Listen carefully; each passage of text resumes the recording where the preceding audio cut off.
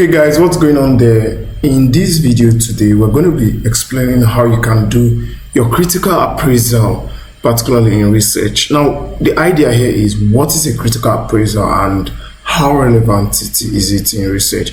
Don't worry, I'm just going to be walking you through. I don't want to make this theoretical. I just want to kind of have you have very good understanding of what critical appraisal is all about. And of course, I'm sure that's definitely going to really be very much important, particularly in learning journey. Now, if you're watching this video for the first time, this is my channel, David Innocent. I do create videos on systematic reviews, evidence synthesis, and also a couple of machine learning and deep learning videos. So I'm sure you might find this channel very interesting, and just all you need to do for me is just kind of smash that like button and also subscribe to this channel. And you can turn on your notification, because definitely going to be getting some feedbacks from me whenever I drop any video, because I do release videos frequently.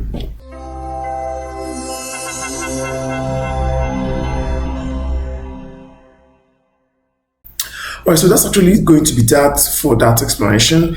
And like we said, we're definitely going to be looking at how to do your a critical appraisal. And critical appraisal for research could be for systematic reviews. It could be for maybe you're trying to do a traditional critique of a paper for a dissertation or for a presentation or for whatever thing, right? For whatever thing, maybe it could be for a poster. Anything that requires you to pick up a piece of scientific investigation to make some kind of judgment of how it has been prepared, or how it has been conducted, or how experiment has been made, is what we refer to as what critical appraisal. So we want to make judgments of how a certain maybe a certain research has been brought out to life. So we want to judge all the domains of what has happened in that paper, and that's what we call a critical appraisal. Now we're going to be looking at in this video today. We're going to be looking at the critical appraisal skill program. That's what we call the CASP checklist. Okay, this is actually what we're going to be talking about in this video today. All right, so I'm just going to take a mistakenly press that button, and that's it. Now, if you're kind of going in this channel, you see that I've also made a video about how to use the Axis checklist, right, which is usually for cross-sectional studies. But generally in this video today, I'm just going to talk about the CAPS checklist, how we can actually score it. So more of, if you are writing a systematic review, you might always have what we call a quality assessment section, right? So it could be quality assessment / risk of bias.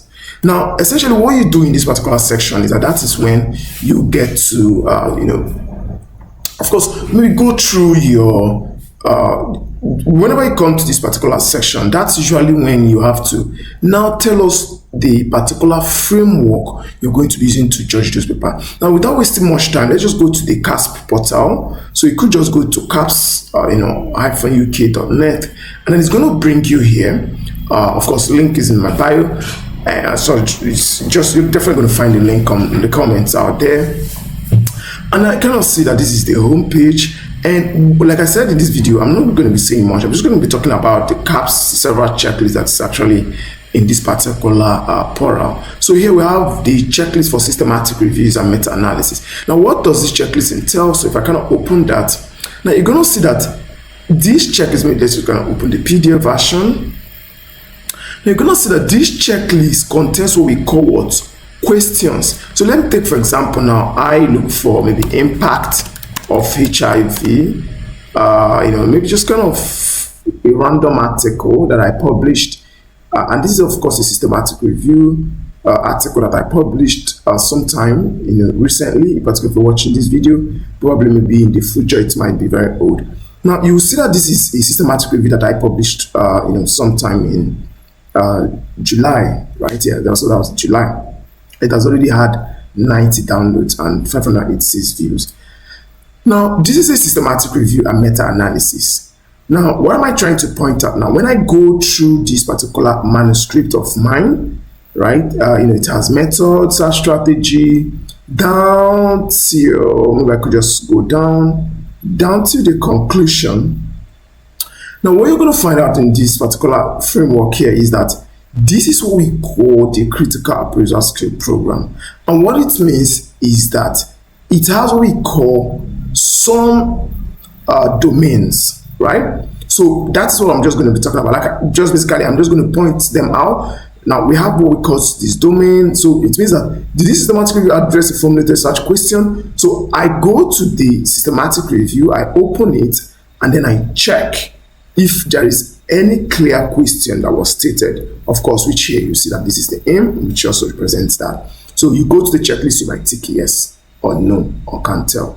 All right, so I'm not really going to be watching through the domains here. Maybe probably in subsequent videos, I'm going to be taking it one by one. Maybe, of course, we could do, just tell me the framework you might want me to work on, particularly in the comments. Of course, I'm definitely going to look at that. But essentially, the point I'm trying to communicate here now is that we go through each of these domains. So maybe here we could say, okay, that the caps for systematic reviews, if I could spell that well, will be used for this review, because that's going to be an umbrella review, right? So of course, just to smash that, and I'm just gonna put this, and then of course maybe we could have something like a table, right?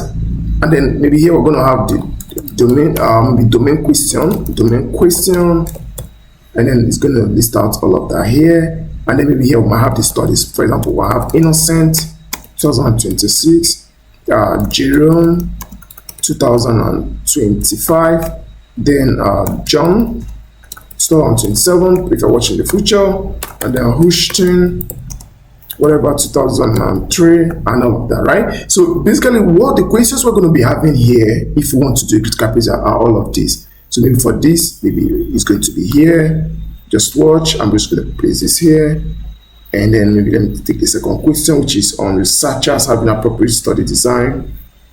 Just going to take that and just going to place that here. Now, what I'm trying to insinuate here now is that, of course, we'll go check for David's systematic review paper on maybe HIV, and then I'm going to say yes. And then if I go to this one, maybe no. And maybe here for Jerome might be yes, or maybe it's still yes here, and then maybe no, and no, and all of that. All right. So basically, that is just the idea here. What we're trying to say is that this is a checklist, right, that we use in judging the quality of the papers, right, of the methodology of those papers. That is just what I want you to understand. So, like I said, this video is just to show you some of the several tools that are available. Right here, you could see we have information on screening. We have here about this, and there's kind of so many domains that we have. I'm just going to go down to know how many. Of course, I could see this is like 10. So that's kind of like 10, and so this is actually it. So it's going to be yes, can't tell, and of course you use it to judge each of the systematic review in your umbrella review. Now that's actually going to be that for that. Let me just keep it that short. Now, how about we are working on meta-analysis of randomized trials? And that actually there are also specialized checklists for that, which has its own questions, as is kind of tailored down and designed for it. And I could just kind of quickly open that without wasting so much time, and just for you to see that, I'm just gonna give you some time, and it's kind of getting on. And okay, all right, so that's it. There you go. So this is it. So what it means is it has its own questions that are designed for it, right? So that means the questions are going to have here compared to the questions are going to have here are not really going to be the same because of the design. So the take-home point here now is that for each of these checklists, they are designed for the type of studies that you want to do. So let's say, for example, I have a randomized control trial and I want to do a critical appraisal for it. So it means that I need to get a critical appraisal checklist that best suits what it takes to conduct a randomized control trial. All right, so that's just basically how it works. So it now means when I get a checklist, I'll have to write through the domains to get that done. Like I said, guys, we're not going specifically into any particular tool. I just want you to kind of have an idea of what these things looks like. So you see here it talks about the threat interventions. Most of what is contained inside of the domain of this checklist for this RCT here are specific to conducting a randomized control trial. So that's actually definitely going to be that. Here I do use cross-sectional studies checklist because I could get a cross-sectional study and then of course check out the domains. They make my judgment. Like I do say, I have a mostly 1 hour video on using Axis checklist for that. So the question could be, if you don't want to use a critical appraisal program from adding all that checklist, of course, if you look at this particular review that was conducted by me here, you see that when it comes to the risk of bias section, I clearly use the JBI checklist. So that was what I used in making my judgment. So I use the JBI checklist, of course, for cross-sectional studies and all of that. And that was just basically what I used in doing that. So that's why when you come to the results here, you're going to see this is the JBI checklist, which was used. And of course, I have some written for some studies, like this one by Amwako, and the one for Tufo, the one for Alves, and all of that. So this is actually how it works. Basically, you need to now use some just some kind of information and insights just to get yourself up and running. So just the type of checklist depends on what you want. So I could just search a JPI checklist. Of course, you could see it's going to bring me to the JPI portal, and of course I'm definitely going to use that. So just like I said, it's not something to worry so much about. Everything here is quite simple. This is the JPI portal. And of course, you could look for a checklist. You could see all of them here. We have checklists for case control. We have for cross-sectional, a lot of them. Just the first idea you need to do whenever you want to start is identify your design. So if we're trying to go by step-by-step process for risk of bias, I'm just going to show you here.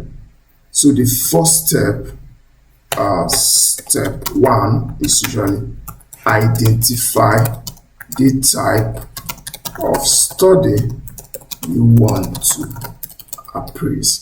All right, I'm just gonna bring that up. So this is actually the first thing you need to do before you really get started. So you need to know the type of study that you intend to appraise. All right, so yeah, that's it. So then when you've now identified the study, if it is so it could be, is it a randomized, do you have cross-sectional, do you have cohort, do you have maybe probably diagnostic studies? Just basically think of what you intend to achieve, and then once you identify that, then you're not going to look for a checklist that suits that particular design.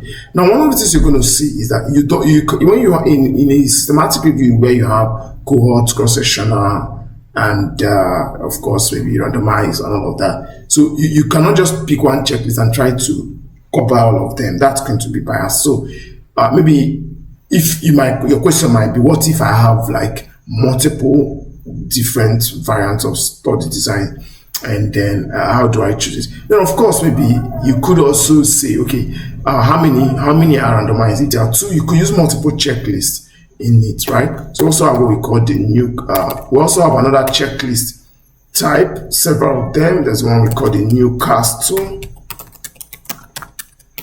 Ottawa scale, or we have the Pedro scale, and a wide array of them, right? So, but the idea here is that the type of design is going to determine the type of checklist that you're going to do. Remember, when I started this video, the first thing I did was for if it's a systematic review design,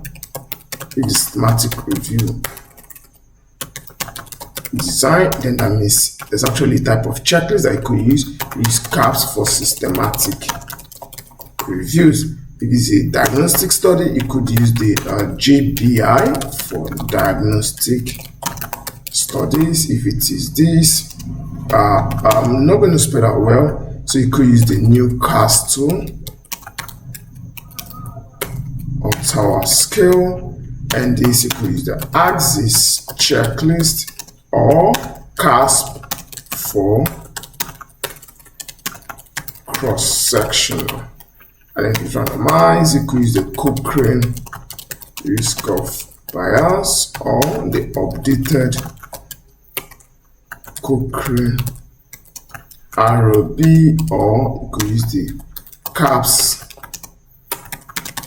for randomized trial. So that's actually how to work with that, right? So guys, I just kind of wanted to keep this video very simple. So if you found the video very helpful, just do well to like this video, share, and of course smash the subscribe, because definitely I'm going to be releasing several videos. So you could go to several of these portals. Of course, you're definitely going to get as many checklists as possible. That's definitely going to be very suitable for you. So other than that, thank you very much for your time, and see you in the next one. Bye.